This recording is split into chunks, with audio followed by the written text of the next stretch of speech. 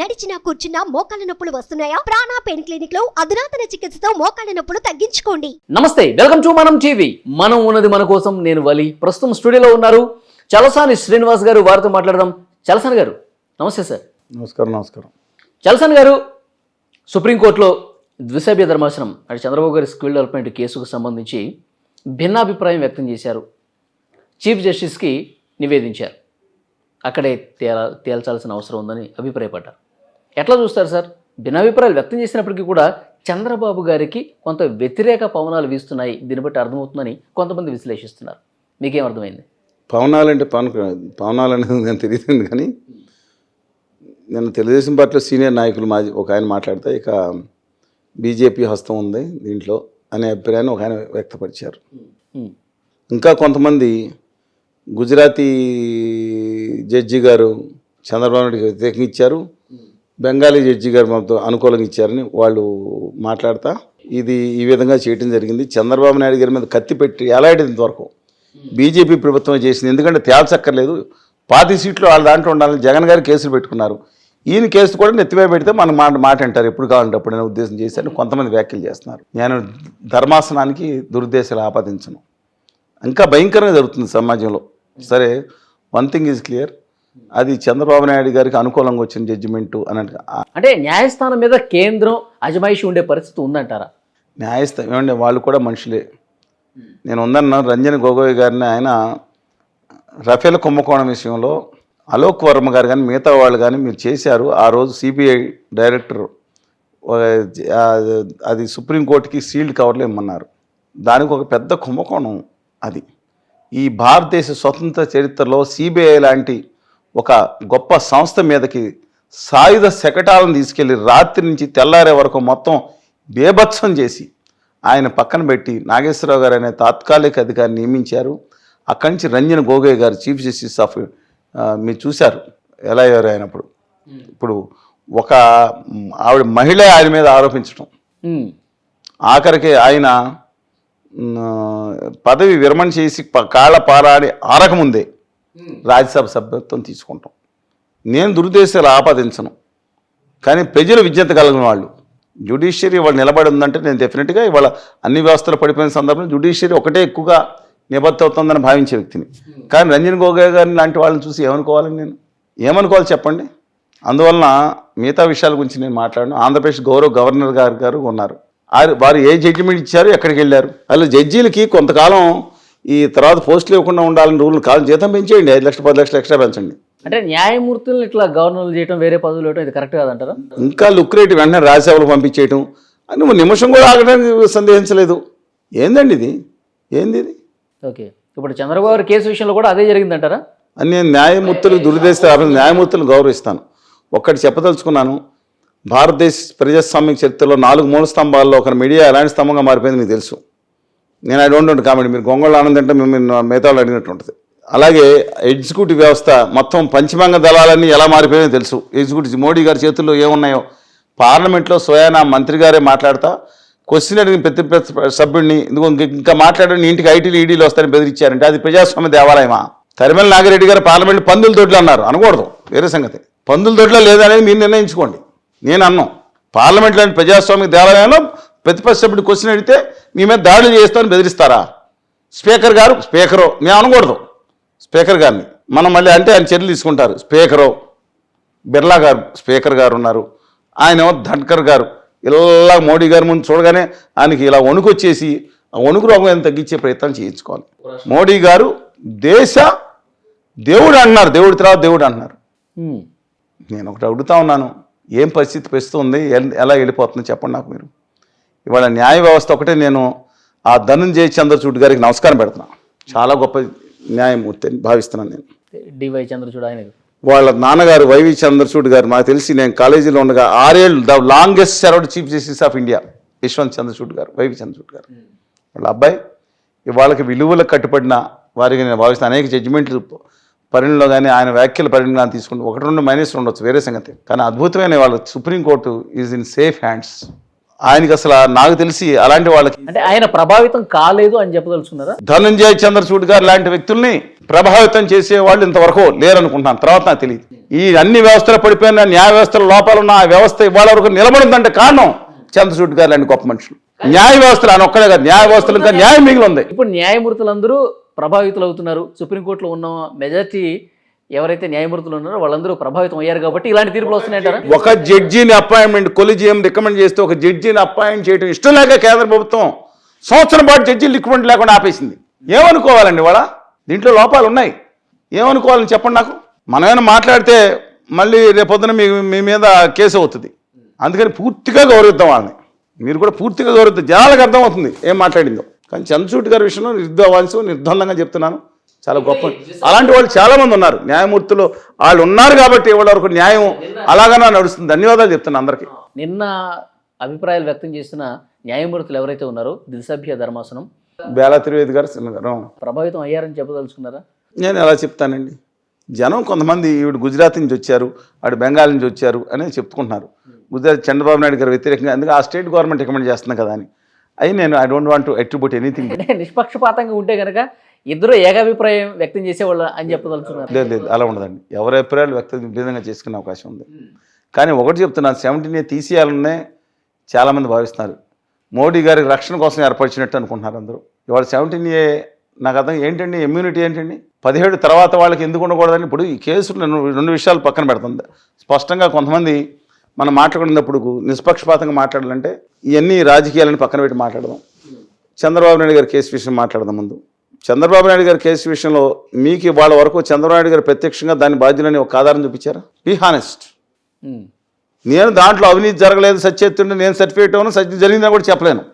నేను జర్నలిస్ట్ని కాదు మీలాగా. మీరు చెప్పేస్తారు ఎక్కడైంది, మీరంటే మీ వాళ్ళు చెప్పేస్తారు ఎక్కడ జరిగింది, ఏం జరిగింది, ఏ సెక్షన్ ప్రకారం జరిగింది, ఎక్కడికి వచ్చింది, ఈయనకి శిక్ష వేయాలి, ఉరి శిక్ష ఎలా వేయాలి, తాడు ఎలా ఉండాలి, తాడు కూడా తీసుకెళ్ళి చూపిస్తారు కదా. మీరు చాలా చోట్ల చూశాను కదా మీరు చేయటం. అలా చనిపోతే షెడ్లో దాంట్లో తొట్టులో పడుకుని కూడా చూపిస్తారు కదా మీరు. అలాగే దాంట్లో దిగుతారు కదా. మీ టెక్నాలజీ మామూలుగా లేదు మీ దగ్గర. ఆర్నాబ్ గోస్వామి గారిని ఒక ఆయన ఉన్నాడు. ఆయనే ఆరోపణ, ఆయనే వాదన, ఆయనే విచారణ, ఆయనే శిక్ష, ఆయన అమలు చేసేది కూడా ఏ శిక్ష కూడా చెప్పేస్తారు ఆయన. మీ జర్నలిస్టులు మామూలు అండి, అందరూ కాదండి, గొప్ప గొప్ప వాళ్ళు కొంత చాలామంది ఉన్నారు. అందరూ అట్లా లేరు సార్. అందరూ గొప్ప అందరూ ఉన్నారు, అందరూ అంటలేదు కొంతమంది. ఇవాళ నేను చెప్తున్నాను చంద్రబాబు గారి మీద ఇవాళ మనం చెప్తున్నాను, దాని మీద న్యాయ విచారణ కాదు, మీరు సక్రమైన విచారణ చేయండి. జరగలేదు నన్ను దాంట్లో డెఫినెట్గా లోటుపాట్లు ఉన్నాయని నేనే చెప్తున్నాను. ఎందుకని వాళ్ళకి ముందే ధనం ఇవ్వటం ఎన్ని ఉన్నాయండి. కానీ చంద్రబాబు నాయుడు గారు ఒక మాట మాట్లాడారని చెప్పి తొందరగా చేయండి అంటే ఆయన ఇమ్మని చెప్పినట్ట డెఫినెట్గా సరే పెట్టారు. కానీ నేను ఒకటి అడుగుతున్నాను, 17A అనేది ఎవరికి ఇమ్యూనిటీ ఉండాలండి? అంటే 17 లోపల చేసింది వీళ్ళకి ఏంటి అసలు? ఎందుకని మంత్రులు లేదా ముఖ్యమంత్రి కానీ పొలిటీషియన్ ఎందుకు ఎగ్జామ్షన్ ఇవ్వాలి? బేసిక్గా క్వశ్చన్ చేస్తాను నేను. వీళ్ళకైనా 2 కొమ్ములు వచ్చినాయా? ప్రభుత్వాలు మారితే కక్ష సాధింపులకు పాల్పడతారు కాబట్టి నిజాయితీ కలిగిన వాళ్ళకి విషయంలో కొంత ఆ నిజాయితీ కలిగిన వాళ్ళని ఎవరు సర్టిఫై చేస్తారు? ఆ నిజాయితీ కలిగిన వాళ్ళని ఎవరు సర్టిఫై చేస్తారు? నేను ఒకటి చెప్తా ఉన్నాను. దేవిలాల్ గారి అబ్బాయి ఓంప్రకాష్ చౌతాల చాలామంది మర్చిపోయారు. మీరు అందరూ టన్నుల కొద్ది ఇంటర్వ్యూలు చేశారు. టన్నుల కొద్ది ఇంటర్వ్యూ సమాచారం దాంట్లో ఉంది. ఆయనకి 77-76 ఏళ్ళ వయసులో 10 ఏళ్ళు జైలు శిక్ష వేశారు. ఒక రిక్రూట్మెంట్ చిన్న కేసు. ఆయన ఇప్పుడు జైలుకి పంపిస్తున్నారు. 76 నుంచి 86 ఏళ్ళ వరకు శిక్ష పడింది. ఆయనకి 87 ఏళ్ళు. ఇప్పుడు మళ్ళీ అవినీతికి మించిన ఆస్తికి 6 లక్షల రూపాయలు ఆదాయం మించిన ఆస్తులు ఉన్నాయి. 6 లక్షలు 5 కోట్లు 6 లక్షలు ఉన్నాయని అనుకుంటా. ఎన్నో మళ్ళీ జైలుకి పంపించారు 4 ఏళ్ళు. ఆయన బస్సులో వేసుకుని మనం తీసుకెళ్లి 3 మెయిట్స్లో మాజీ ముఖ్యమంత్రి కేంద్ర కాప్ చైర్మన్గా ఉన్నాడు ఆయన. అంటే సమాజంలో పెద్ద పేరున్న కుటుంబం నుంచి వచ్చిన ఆయన. వాళ్ళ నాన్నగారు దేశ ఉప ప్రధానమంత్రి చేశాడు, అనేకసార్లు ముఖ్యమంత్రి చేశాడు, కొడుకులు చేశారు.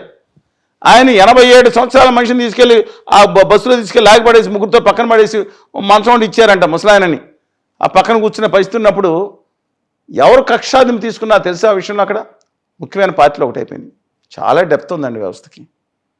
సరే 17A విషయం మాత్రం నేను బేసిక్గా అడుగుతున్నాను, వీళ్ళకి ఎగ్జామ్ మీరు కక్షాదిం చేయకుండా ఉండటానికి ఇంకేమైనా ఎగ్జామ్షన్స్ ఇవ్వండి. బ్లాంకెట్ ఇస్తే ఎలాగా? కానీ చంద్రబాబు నాయుడు గారి విషయంలో మాత్రం కేంద్ర ప్రభుత్వం వ్యతిరేకంగా ఉందనే భావిస్తున్నాను. జడ్జీల గురించి నేను వ్యాఖ్యం చేయను. అంటే ఎన్నికలు వస్తాయి, ఫలితాలు వస్తాయి. ఎన్నికల్లో పేక మీద కత్తి పెట్టి ఆడిద్దాము. అటు జగన్ గారిని ఎలాగో ఆడిస్తున్నాము, చంద్రబాబు నాయుడు గారిని కూడా ఆడిద్దాము, కళ్యాణ్ గారిని కూడా ఏం పెట్టుకున్నారో తెలియదు. మరి ఆయన దమ్మున్న వ్యక్తి, మరి ఆయన నాకు ఏం దమ్మున్న వ్యక్తి, కెపాసిటీ ఉన్న వ్యక్తి, 1,00,000 మంది తీసుకొచ్చే కెపాసిటీ ఉన్న వ్యక్తి. తొడగొట్టి మీసం తిప్పుతారో, తొడగొడతారో, తలగరేస్తారో పౌరుషంగా ఆయన నిలబడి ఉంటే వాళ్ళ కోట్ల మంది జనం ఎస్ దమ్మున్నాడు, ఆంధ్రప్రదేశ్కి తెలుగు జాతికి అన్యాయం జరిగింది, దమ్మున్నాడు వచ్చాడ్రా వాళ్ళ దమ్మున్నాడు. 2 రాష్ట్రాలు 13.5 కోట్ల మంది తెలుగు ప్రజలు అభిమానించే వ్యక్తులు. ఎందుకంటే ఆయనే మాట్లాడు లడంగే గుజరాత్ నార్త్ ఇండియా అన్నాడు, అదన్నాడు, ఇదన్నాడు, అద్భుతంగా మాట్లాడు. పాచిమైన లడ్డూలు అన్నాడు, ఆంధ్రప్రదేశ్ భావితరాలు బాగున్నాయి అన్నాడు. మోడీ గారి విజన్ అంతా మొత్తం గుజరాతీ అయిపోయి వెళ్ళిపోయి దుర్మార్గంగా ఆంధ్రప్రదేశ్ మీద దుర్మార్గమైన విజన్ వేస్తూ ఉంటే, దుర్మార్గం చూపేస్తూ ఉంటే. ఇప్పుడు మోదీ గారు రావాలి ఆంధ్రప్రదేశ్ కూడా మాతో కలవాలని చెప్పేసి ఆయనే కోరుకుంటున్నారు. ఆయన ఏదో మాయ చేశారండి, అంతే తప్ప.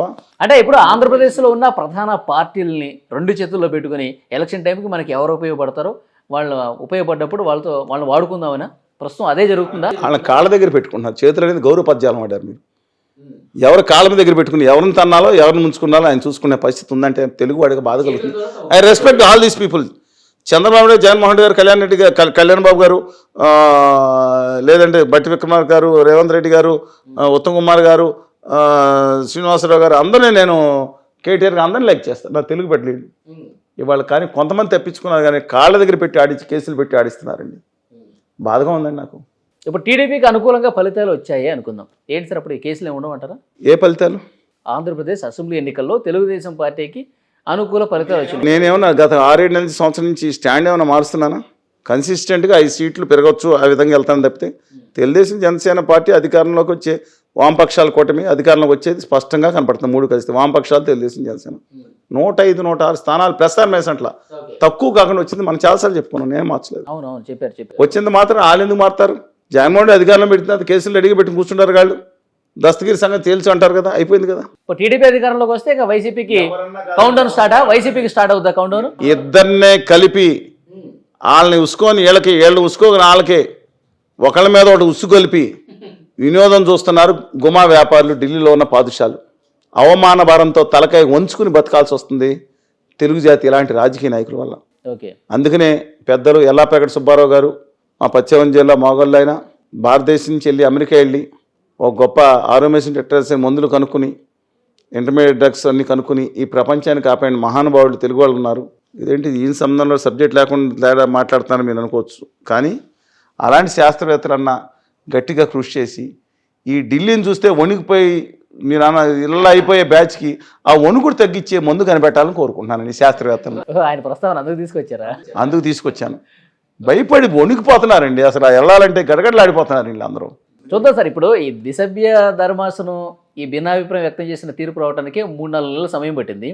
ఇప్పుడు 5 పెడతారా, 3 పెడతారా, బెంచ్ ఏ విధంగా ఉంటుంది, మళ్ళీ ఆ తీర్పు ఎన్ని రోజులకు వస్తుందో చూద్దాం. కేంద్ర ప్రభుత్వం ఈ యాక్ట్ చేసినప్పుడు ఇప్పుడు కొన్ని ఇద్దరు కనుక ఏం చేయాలో భారత రాజ్యాంగాన్ని నేను గౌరవిస్తా, కానీ ఏం చేయాలి, తక్షణ న్యాయం ఎలా జరుగుతుంది చెప్పండి. 6 నెలలు అంటే వాళ్ళ మ్యూజిక్ బట్టి జనం. ఇప్పుడు మొదటి నుంచి వాదనలు జరుగుతాయా సార్? ఇప్పుడు విస్తృత ధర్మాసనం అంటే ఇప్పుడు 5 జడ్జిలు ఉన్నారనుకోండి, మొత్తం ఫస్ట్ నుంచి కేసుకు సంబంధించి అటు తరపు ఇటు తరపు అంటే వీళ్ళు ఉంటే కొత్త ధర్మాస్థానం వేస్తే చెప్పలేం. కానీ 17 అనేది ప్రశాంత్ భూషణ్ గారు కేసు వేశారు. యాక్చువల్గా డిసెంబర్ 20వ తారీఖున యాక్చువల్గా జడ్జిమెంట్ మామూలు వాదన స్టార్ట్ కావచ్చు. అది ఇంకా రాలేదు. అది ఈ కేసు కన్నా ముందు ఉంది అది. అందువల్ల దీని మీద ఇది చంద్రబాబు నాయుడు గారు ఒక కేసు. యాక్చువల్గా అది ఒక ఖచ్చితంగా రాజ్యాంగ ధర్మాసనం విచారించాల్సిన. ఇప్పుడు దానికి సంబంధం లేకుండానే ఇప్పుడు దీని మీద తీర్పు వచ్చింది కదా, 2వ తీర్పు వచ్చింది. ఆయన రిమాండ్ చేయటం, అరెస్ట్ చేయటం, దీని మీద వ్యాఖ్యలు చేయలేదు, చేసుకోవచ్చు అని చెప్పారు. ఇప్పుడు కూడా తీసుకోండి పర్మిషన్ అన్నారు. ఇది చంద్రబాబు నాయుడు గారికి వ్యతిరేకం ఆయన కేసు విషయంలో. నేను ఆయన సపోర్ట్ చేయట్లా, వ్యతిరేకం చేయట్లా. కానీ ఏంటంటే కక్ష సాధింపు అన్నారు కదా మీరు ఇందాక. మరి చంద్రబాబు నాయుడు గారిని కక్ష సాధింపు చేయలేదండి. ఆ రోజు రాత్రిపూట 100,000 మంది పోలీసులు బస్సు చుట్టూ చేరితే నిద్రపోతారు ఆయన లోపల. పోనీ ఆయన బస్సు ఆయనే వచ్చారు, అంత దూరం తిప్పుకుని వచ్చి రాత్రి 7 గంటలకు వచ్చి రాత్రి 12 గంటల వరకు ఇంట్రాగేషను, మళ్ళీ తెల్లారి 1 గంట 3 గంటలు అడౌట్ చేసి 3 గంటలు లేపి మేజిస్ట్రేట్ దగ్గర తీసుకెళ్ళటం. 73 ఏళ్ళ మనిషి, అనారోగ్యంతో మనిషిని ఇది కక్ష సాధింపు అంటారా అండి? అది కక్ష సాధింపు కాదు, కానీ ఆంధ్రప్రదేశ్ పార్టీల మీద కేంద్రం సాధింపు చేస్తుంది అంటారు. ఆంధ్రప్రదేశ్ మీద ఇది వ్యక్తిగతమైన, కానీ అందరి మీద తోలుబొమ్మలు ఆట వేస్తుందండి. తోలుబొమ్మలు ఉంటాయి కదా, పప్పెట్ షో ఆడిస్తుంది. దురదృష్టం, ఆంధ్రప్రదేశ్ ప్రజలు దౌర్భాగ్యమో ఇలాంటి రాజకీయ నాయకులు ఉన్నారు. దమ్ముండి ఒక ఎన్టీ రామారావు లాగా సాధించగలిగిన వాళ్ళు కానీ రాజశేఖర రెడ్డి లాగా 35 గారి లాగా 35 మంది ఇచ్చిన వాళ్ళు కానీ వీళ్ళందరినీ పక్కన పెట్టి పోరాటం చేసిన అల్లూరు సీతారామరాజు లాగా ఉయ్యాల నరసింహారెడ్డి లాగా మాల కన్నం నీడిలాగా లేకపోతే టంగుటూరు ప్రకాశం మంతులాగా మన నాయకులు అలా తయారు కావాలంటారు. వాళ్ళ కాకపోయినా వాళ్ళలో కొంచెం అన్నా ఇలా రుద్దుకుంటే వాళ్ళ విగ్రహాల దగ్గరికి వెళ్ళి కొంచెం నా స్ఫూర్తి వస్తుందేమో ఒకసారి మీకు కానీ ఓపుకుంటే ఆ విగ్రహాలు తీసుకెళ్ళి రుద్దురండి వీళ్ళందరికీ. ఓకే సార్, చూద్దాం తర్వాత పరిణామాలు ఏ విధంగా ఉంటాయి. Thank you very much Chalasani గారు.